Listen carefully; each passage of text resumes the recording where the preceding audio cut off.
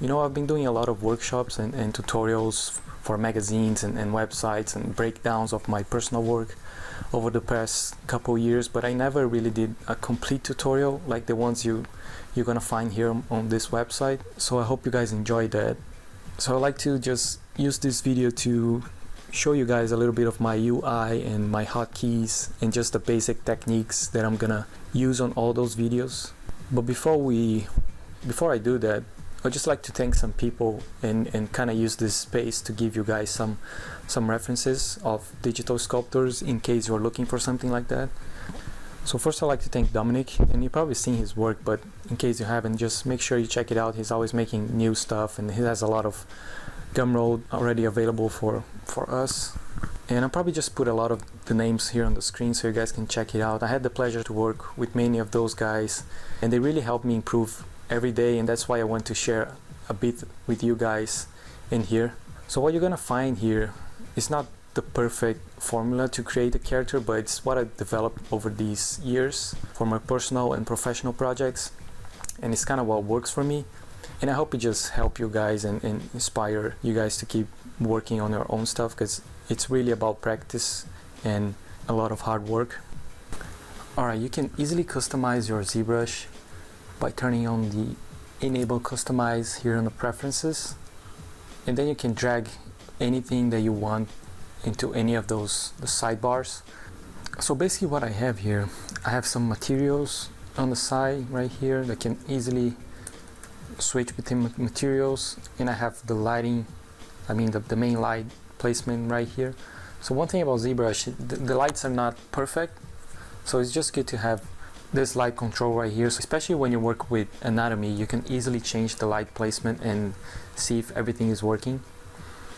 And I'm gonna talk about that in a second, but I have all my main brushes on my hotkeys, and the brushes that I don't actually use that much but it's still important, I have here on the sidebar. So I have pinch, clay tubes, slash, and high polish, and I can always change them for something else depending on the project that I'm working. Just grab a different one and replace for whatever.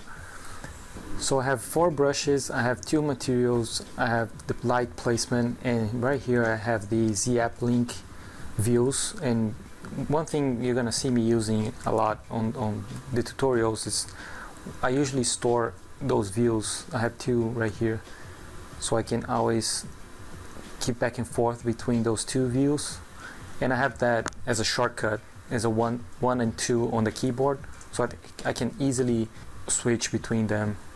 And especially when I'm using references and the spotlight, it's really useful. And I can clear them. And one thing I have here is the morph target, and for those who use morph target, it's just you can store a morph state of the mesh, and then you can switch back if you want to preserve something. So let's say I want to preserve some details, I can store a morph target, and it's always right here, morph target. So I can store this morph target, I can sculpt something, and then with the morph brush,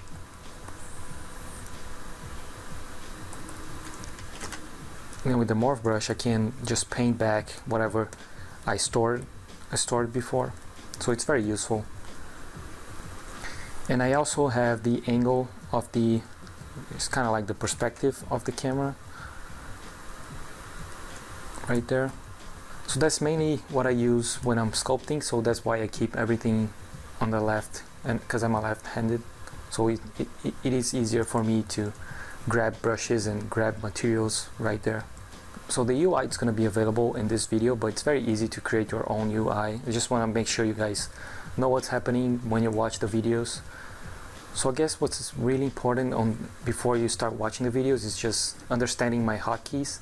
And I have my main brushes on my hotkeys, you can probably see on the screen right now.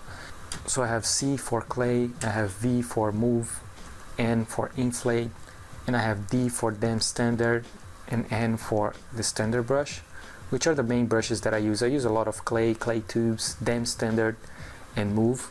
So when you're watching the videos, you're gonna see me just switching between brushes without clicking anywhere on the screen, and that's because I have all my brushes on my hotkeys, so I can easily just move and then use clay.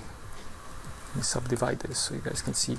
So I can be using clay and then just switching back to move and then switching back to clay and then standard. So by having those brushes right there, I can very quickly switch back and forth and keep working without having to go in here and then picking another brush. I can always just switch them back. So I'm also gonna make it available for you guys, my hotkeys. But again, if you want to create some hotkeys, you just have to click on anything. Let's say you can click on a brush, like a morph brush. You can click on a brush holding Ctrl Alt, and it's gonna ask you to press any key to assign a custom hotkey, and then you can press any available key. So now you have your brush assigned to that key.